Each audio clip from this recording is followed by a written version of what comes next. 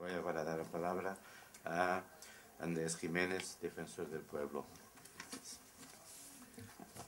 Evidentemente, jefe de área en el Defensor del Pueblo, represento a la institución del Defensor del Pueblo. Bien, muchas gracias por invitarnos. La verdad es que es un tema enormemente interesante el que aquí se plantea en este coloquio. El derecho de reunión es evidente que está en el núcleo duro de la democracia. Y ciertamente esto se refleja incluso en nuestra historia. El derecho de reunión es un fruto, en términos normativos, de la Revolución de 1868. Justo inmediatamente después, el Manifiesto a la Nación del 25 de octubre de 1868 dice: las libertades de reunión y asociación pacíficas han sido asimismo reconocidas como dogmas fundamentales por la Revolución. Y pocos días después, el 9 de noviembre, hay un decreto, siendo ministro de la Gobernación Sagasta, que reconoce el derecho de reunión. Ese es un poco el arranque, después de una larga lucha, evidentemente, el arranque normativo, pero ya en el arranque normativo, incluso en aquellos momentos, siempre se plantea como un derecho problemático. Derecho problemático en el sentido de que puede haber contrapesos, puede haber cortapisas, restricciones, e incluso en aquel clima, inmediatamente después hay una circular del ministro de la Gobernación a los gobernadores, el 29 de noviembre una y el 3 de diciembre otra, donde se recuerda a los gobernadores el celo que debían poner en vigilar el correcto ejercicio de este derecho con el fin, cito literalmente, de impedir que minorías o parcialidades turbulentas se opongan a la manifestación tranquila de todas las opiniones o hagan imposible la discusión ordenada que intente una mayoría respetable, se decía en aquel momento. Por tanto, ya incluso ahí, cuando entra en nuestro derecho la reunión, e inmediatamente en la Constitución de 1869, también con elementos, digamos, de matiz, ¿no? Se establece el derecho de reunión en el artículo 17, el derecho de reunirse pacíficamente, se decía ya entonces, pero en el artículo 18 se dice: toda reunión pública estará sujeta a las disposiciones generales de policía, de modo que, incluso curioso, las reuniones al aire libre y las manifestaciones políticas solo podrán celebrarse de día, decía la Constitución de 1869. Bien, y ahora pues en nuestro siglo, en estos tiempos que vivimos, en nuestro país, en donde hay un malestar social evidente, en donde el carácter esencial del derecho de reunión en democracia se une el que hay muchísimas razones para reunirse y manifestarse, pues ciertamente es nuclear cómo esto se lleve a cabo en este tiempo. El pasado mes de diciembre vino a visitarnos al Defensor del Pueblo la Comisión Mixta Congreso-Senado de Relaciones con el Defensor del Pueblo. Y los jefes de área, pues tuvimos una reunión con ellos y les contábamos los problemas que había en los diversos sectores de la vida social, pues sanidad, educación, justicia interior, etcétera, etcétera, ¿no? Una de las cosas que le dije a los diputados y senadores es que, bueno, como ustedes saben, al Defensor del Pueblo no viene nadie a felicitar a las administraciones públicas. Al Defensor del Pueblo la gente viene a quejarse. Por tanto, necesariamente nuestra visión tiene que ser crítica, porque nosotros accedemos a la parte negativa de la realidad, porque es la parte que conocemos, no solamente porque, en fin, lo veamos u otras fuentes de conocimiento, sino sobre todo porque ese es el papel, y el Defensor del Pueblo se acude justamente a presentar queja por las cosas que funcionan mal. Yo procedo de la universidad, soy profesor titular de Derecho Procesal, aunque hace muchos años me dedico a otras cosas, y ciertamente en la universidad pues se tiene la visión teórica de cómo es la arquitectura de los derechos, cuáles son los grandes principios, etcétera, etcétera. Pero ciertamente el Defensor del Pueblo completa esa visión, porque entonces ya lo que estamos es con personas que han padecido o lo han padecido o consideran que han padecido una negación de los derechos. Pues bien, por tanto, mi intervención necesariamente será crítica, será referente a los aspectos negativos de la realidad. En primer lugar, tengo que decir, voy a hablar del derecho de reunión, que la reunión está sometida a un escrutinio cada vez más intenso, lo cual es muy bueno. Nosotros en el Defensor del Pueblo recibimos muchas quejas que consisten en vídeos. Por tanto, ya no es la carta, ya no es el correo electrónico, es sencillamente, vea usted este vídeo. Y esa es la queja. Evidentemente, si la queja no es anónima, si la persona se identifica, mire usted este vídeo, esa es la manera de analizar los sucesos de la calle, de manera cada vez mayor. Incluso hemos tenido pues que tomar medidas de tipo informático pues para conservar bien estos vídeos en la institución, y que muchas veces están colgados en internet, y por lo tanto no es que lo adose el quejoso a la queja, el ciudadano, sino que nos remite a un foro, a un sitio, etcétera, y de ese foro puede salir evidentemente el vídeo, con lo cual nosotros pues tenemos que tomar medidas, y lo hacemos pues para conservarlo en la institución por si desaparece de la página web en la que se encuentra.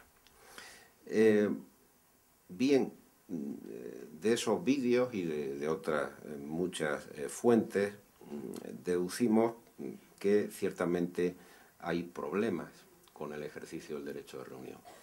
Yo les remito a nuestro informe anual, a las Cortes Generales, que es público, está disponible en internet, pueden ustedes descargarlo desde el pasado 27 de febrero, a las páginas 135 y siguientes, pues para tener más información de lo que pueda yo dar en esta breve intervención.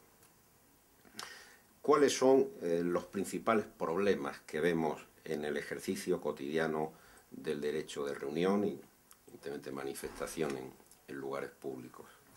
Bien, en primer lugar, en ocasiones hay una desproporción en el uso de la fuerza. Esto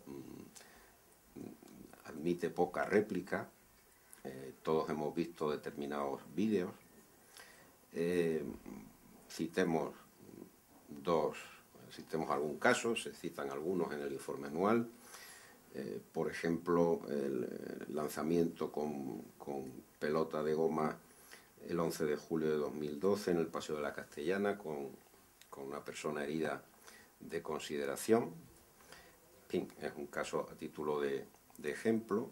Por tanto, la entrada en la estación de Atocha, de Madrid, el 25 de septiembre de 2012, hay casos en donde la desproporción en el uso de la fuerza no se puede discutir, porque lo ve todo el mundo. Esa es una ventaja de las redes sociales y de la situación que tenemos, en donde se ha hablado también de la libertad de expresión y la libertad de difusión de comunicación. No sería exactamente de expresión, sino de difusión de noticias. Todos los ciudadanos pueden ser periodistas, ¿no?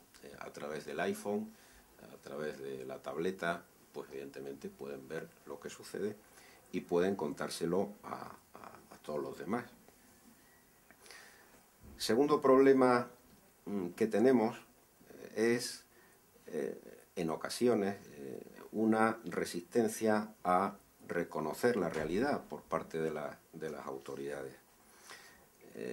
Me refiero a... Voy a poner dos ejemplos muy sencillos que citamos igualmente en el informe anual.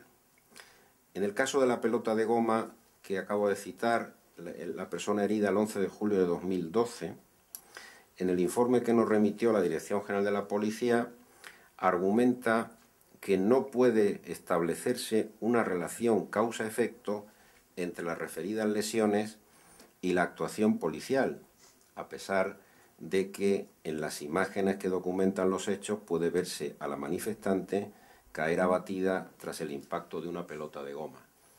Por tanto, en ocasiones hay una negación de la realidad. Pongo otro ejemplo. Este ejemplo que he puesto corresponde a la Policía Nacional, Cuerpo Nacional de Policía. Pongamos otro de los Mossos de Escuadra. Incidentes en Barcelona el 29 de marzo de 2012. Aquí, en la respuesta que dio al Defensor del Pueblo, también se refleja en el informe anual, decía el Departamento de Interior de la Generalitat que no podía informar al respecto porque en el momento de recibir los escritos no había sido posible acceder a los vídeos. Y nosotros, desde el Defensor del Pueblo, después de recibir este informe, nos fuimos a la web y los vídeos seguían siendo accesibles. Decimos en nuestro informe, como ha comprobado reiteradas veces esta institución, el Defensor del Pueblo. Por tanto, digamos, primer problema, hay casos en donde hay, no diré si muchos, pocos, en fin, digo, hay casos en donde hay desproporción en el uso de la fuerza, en lo que se refiere a esos aspectos en donde hay una intervención policial en el marco del ejercicio del derecho de reunión y manifestación. Segundo problema es una cierta resistencia, igualmente en algunos casos, para digamos, reconocer la realidad, ¿no? El tercer problema que quiero citar es la dificultad de identificación de la policía en la calle.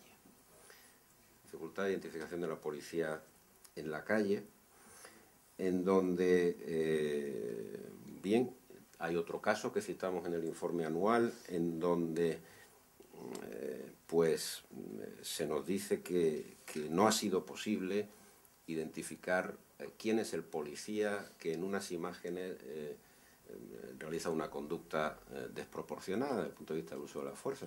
Pero claro, si no ha sido posible identificarlo por la policía, pues al parecer por lo pequeño que era la placa, ¿no? El número de identificación policial, o porque no lo llevaba o porque era pequeño.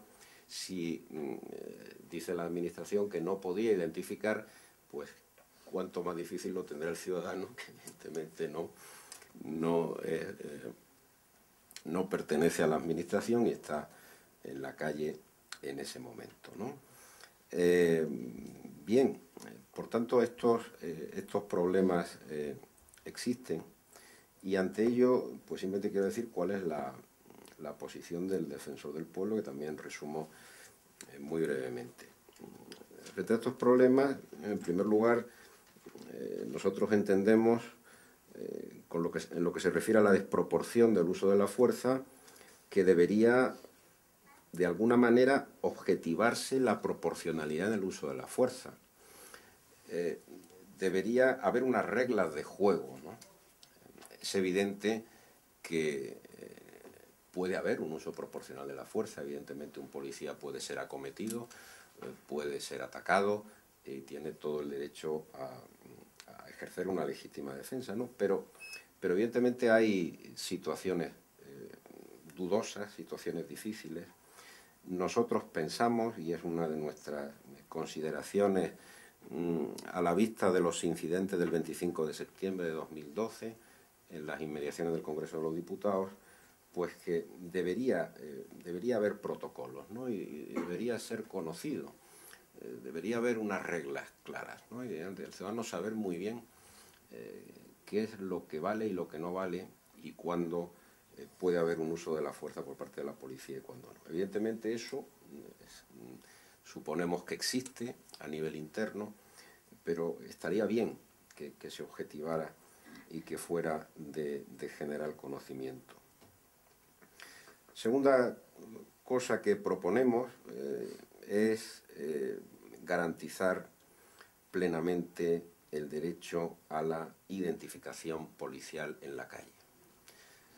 Yo he dado charlas a policías y a guardias civiles muchas veces, evidentemente el Defensor del Pueblo, que tiene una vocación mediadora, una vocación de intentar que haya cambios en el funcionamiento de las administraciones públicas. Evidentemente debe estar muy cerca del ciudadano y debe estar también próximo a la administración, no en el sentido de que se identifique, evidentemente, sino en el sentido de poder influir, poder hablar, poder argumentar, dado que nuestro poder no es ejecutivo, ni somos jueces, ni somos fiscales, nuestro poder es meramente persuasivo, y tenemos que ejercer al máximo de nuestras posibilidades ese poder. Y yo le he dicho a los policías que la plenitud de identificación es un bien general, ¿no? Para el ciudadano y para el policía. Y que el policía tiene una enorme responsabilidad. Está en el lugar público, actuando en la calle, y realmente tiene que ser consciente de que lo que haga es conocido y tiene que ser responsable. Por tanto, si actúa incorrectamente, pues deben depurarse responsabilidades. Nosotros hemos hecho, desde el Defensor del Pueblo, 2 recomendaciones sobre identificación policial. Hemos pedido que la chapa de identificación sea mucho más grande, ¿no? Yo recuerdo una imagen que se me quedó grabada de un policía en Alemania que llevaba el número de identificación, parecía un dorsal de fútbol, ¿no? Por tanto, no digo que vayan como Cristiano Ronaldo, ¿no?, con el número, pero el alemán es casi, ¿no? Pero si un policía es el 2479, lo tiene que saber todo el mundo. 2479. Y no habría que estar discutiendo eso, ¿no?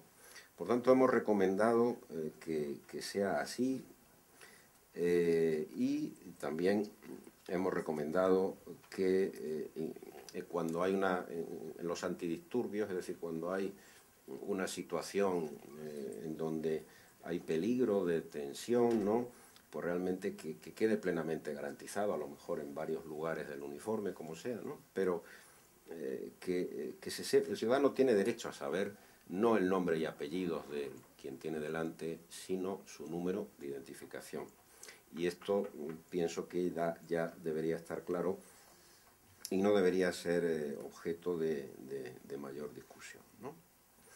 Y naturalmente, en tercer lugar, y termino, hay que reforzar el compromiso, ¿no?, en la investigación de los casos, ¿no? Hay que reforzar este compromiso. No se pueden decir cosas como que no hemos podido ver el vídeo. Debe ser el único en el mundo que no ha podido ver el vídeo el que hace el informe al Defensor del Pueblo. Y no se puede decir que cuando una pelota se lanza, pues realmente no hay relación causa-efecto entre las lesiones y la pelota. Es decir, no se puede decir esto. Y por tanto, pensamos que hay un recorrido de mejora en este aspecto. Y concluyo.